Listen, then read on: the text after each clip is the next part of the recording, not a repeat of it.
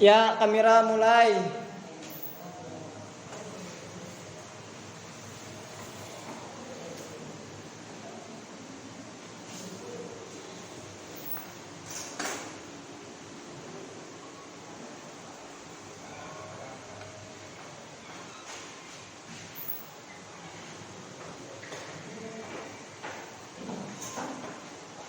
Assalamualaikum warahmatullahi wabarakatuh. Waalaikumsalam warahmatullahi wabarakatuh.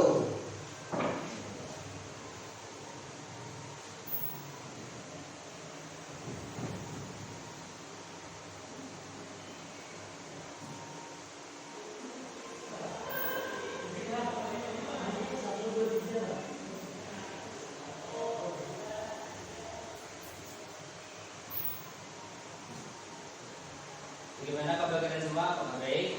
Alhamdulillah baik. Sehat? Sehat. Alhamdulillah.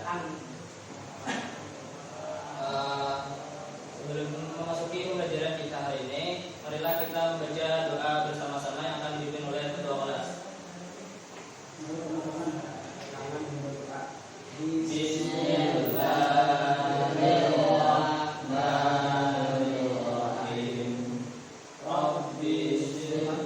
Rabbi shrah li sadri wa yassir li amri wahlul 'uqdatam min lisani yafqahu qawli. Rabbi zidni ilman warzuqni fahman. Allahumma faqihni fid-din wa 'allimni at-ta'wil. Walhamdulillah rabbil alamin. Kita absen dulu lah. Atau ada nggak yang ada duluan? Ada tolak. Dan sebelum kita memasuki materi pada hari ini, yakni Khulafaur Rasyidin, adakah yang masih ingat pembelajaran kita minggu lalu? Ya, Pembelajaran minggu lalu adalah pengertian dan biografi Khulafaur Rasyidin. ya benar. Sekarang kita memasuki pembelajaran Khulafaur Rasyidin, yakni prestasi mereka. Sebelumnya, tujuan pembelajaran kita pada hari ini adalah peserta didik mampu menganalisis prestasi Khulafaur Rasyidin sebagai inspirasi dalam menerapkan asas musyawarah, sikap saling menghargai dan menghormati dalam perbedaan terdapat di kehidupan masa kini dan masa depan. Pengertiannya kita ulangi dulu lah. Khulafaur Rasyidin berasal dari kata khulafa dan ar-rasyidin. Khulafa atau khalifah berarti pengganti, sedangkan ar-rasyidin berarti petunjuk. Maka secara bahasa pengertian Khulafaur Rasyidin adalah pengganti yang telah ditunjuk atau orang yang telah ditunjuk sebagai pengganti. Sejarah Khulafaur Rasyidin dimulai ketika Nabi Muhammad SAW meninggal dunia pada tahun 632 Masehi atau 2 Hijriah. Karena kekosongan kepemimpinan saat Rasul wafat, maka dipilihlah seorang khalifah untuk menggantikan Nabi Muhammad SAW dalam memimpin umat Islam. Selanjutnya, Khulafaur Rasyidin adalah pemimpin yang bersedia untuk menggantikan tugas-tugas Rasulullah SAW sebagai kepala negara, pemimpin pemerintahan dan pemimpin umat Islam. Tidak semua tugas Rasulullah SAW dapat digantikan oleh Khulafaur Rasyidin, terutama tugas Nabi dan Rasul.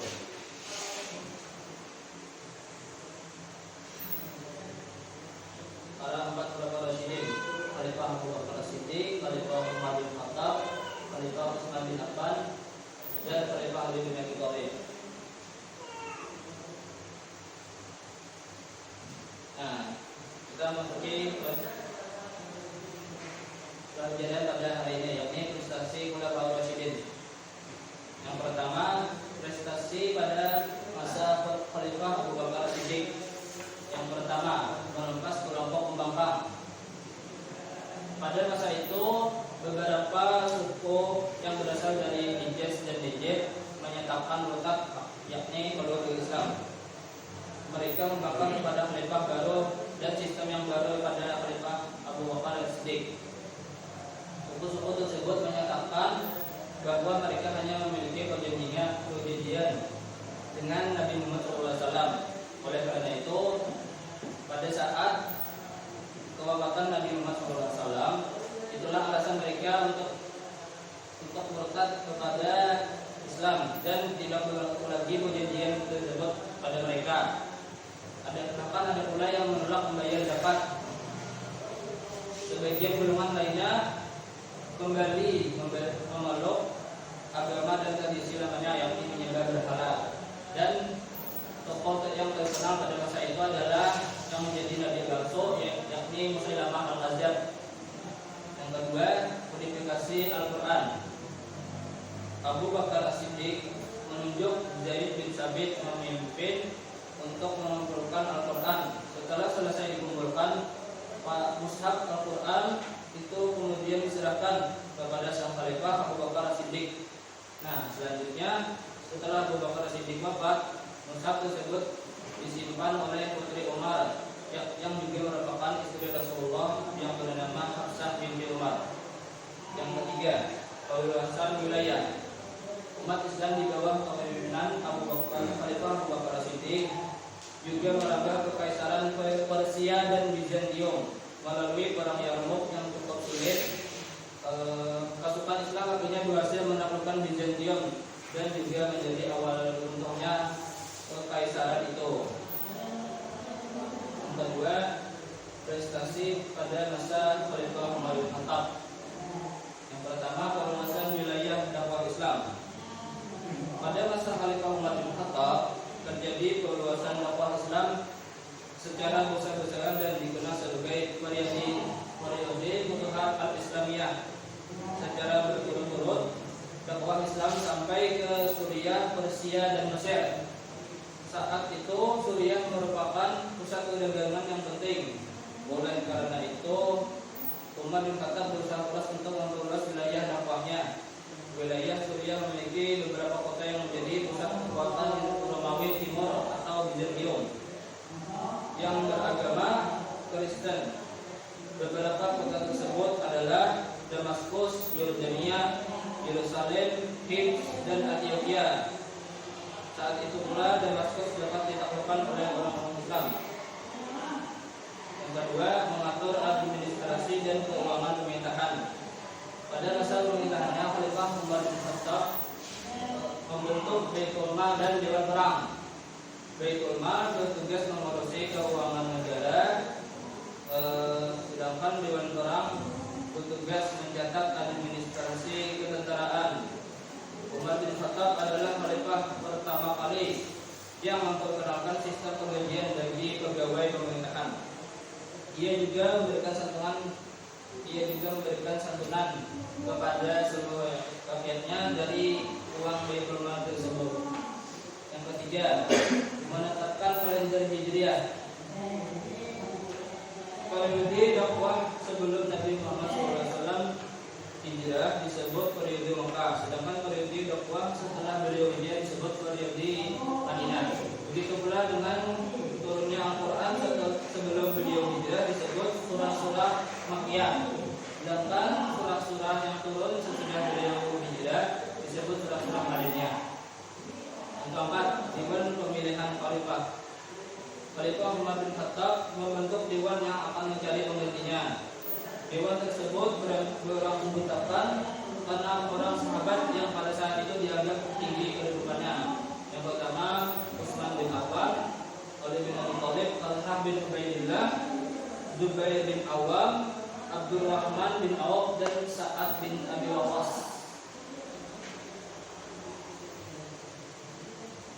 Yang ketiga, prestasi pada masa Khalifah Utsman bin Affan. Yang pertama, kodifikasi mushaf Al-Quran. Kodifikasi Al-Quran pada masa Utsman bin Affan, yakni mengumpulkan dan penulisan Al-Quran disebut mushaf Utsmani atau Al-Imam.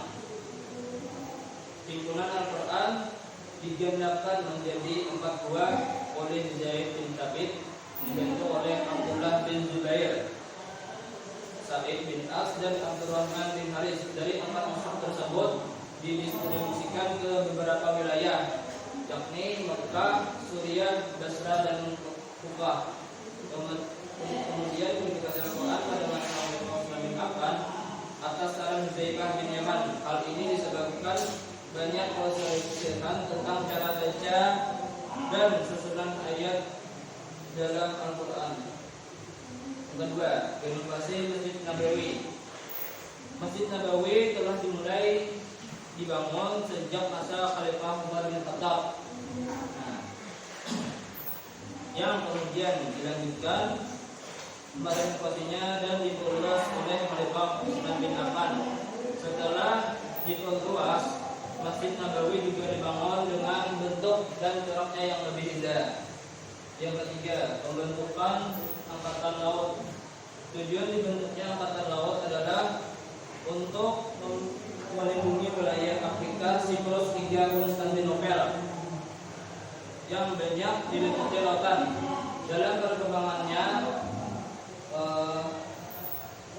angkatan laut inilah yang kelak akan membawa misi dakwah Islam hingga ke daratan Eropa dan bahkan sampai ke Indonesia. Yang keempat, perluasan wilayah dakwah Islam. Pada awalnya, Khalifah Utsman bin Affan membagi 5 wilayah yang akan diperluasnya. Yang pertama, perluasan ke Khurasan. Khalifah Utsman bin Affan mengutus Sa'ad bin As dan Hudzaifah bin Yaman memimpin pasukan Islam ke Khurasan. Yang kedua, perluasan ke Armenia. Salman bin Rabi'ah al-Bahili diutus Utsman bin Affan berdakwah ke Armenia. Yang ketiga, perluasan ke Tunisia. Khalifah Utsman bin Affan memerintahkan Abdullah bin Sa'ad untuk menaklukkan Tunisia yang telah dikuasai Romawi. Yang keempat, penaklukan Malai dan Azerbaijan. Yang kelima, perluasan dakwah Islam ke Amuriah dan Siprus. Selanjutnya, kontestasi pada masa Khalifah Ali bin Abi Thalib. Yang pertama, mengganti pejabat yang belum cakap. Khalifah Ali bin Abi Thalib menginginkan pemerintahan yang efektif dan efisien. Oleh karena itu, beliau mengganti pejabat yang kurang cakap dalam bekerja. Yang ternyata kebanyakan dari itu berasal dari keluarga Khalifah Utsman bin Affan atau Bani Umayyah. Dan sebab itu pula Bani Umayyah tidak suka dengan Utsman bin Affan. Khalifah Ali bin Abi Thalib. Yang kedua, membenahi keuangan negara atau Baitulmal. Pada masa Khalifah Utsman bin Affan, banyak kerabatnya yang diberi fasilitas negara. Khalifah Ali bin Abi Thalib memiliki tanggung jawab untuk membereskan masalah tersebut. Beliau menyerahkan harta pada pejabat tersebut yang diperlukan secara tidak benar. Harta tersebut kemudian disimpan di Baitulmal dan digunakan untuk kesejahteraan rakyat. 3. Memajukan ilmu nahwu. Untuk menghindari kesalahan kata dalam bacaan Al-Quran dan hadis, Khalifah Ali bin Abi Thalib memerintahkan Abu Aswad Ad-Duali untuk memakan pokok-pokok ilmu nahwu, yaitu mempelajari kata bahasa Arab. Pembelajaran ilmu nahwu diharapkan dapat membantu orang-orang Arab dan mempelajari sumber utama ajaran Islam, yaitu Al-Quran dan hadis. Yang terakhir, pembangunan kota Kufah. Khalifah Ali bin Abi Thalib membangun kota Kufah secara khusus. Pada awalnya, kota Kufah disiapkan sebagai tempat pertahanan oleh Muawiyah bin Abi Sufyan, akan tetapi kota Kufah kemudian berkembang menjadi pusat ilmu tafsir, ilmu hadis, ilmu nahwu dan ilmu pengetahuan lainnya. Ya, itulah pembelajaran kita pada hari ini. Adakah yang ingin ditanyakan? Kalau ada, marilah kita menutup pembelajaran pada hari ini dengan membaca doa kafaratul masjid. Subhanallahumma wa bihamdika asyhadu an la ilaha illa anta astaghfiruka wa atubu ilaik. Sekian dari saya.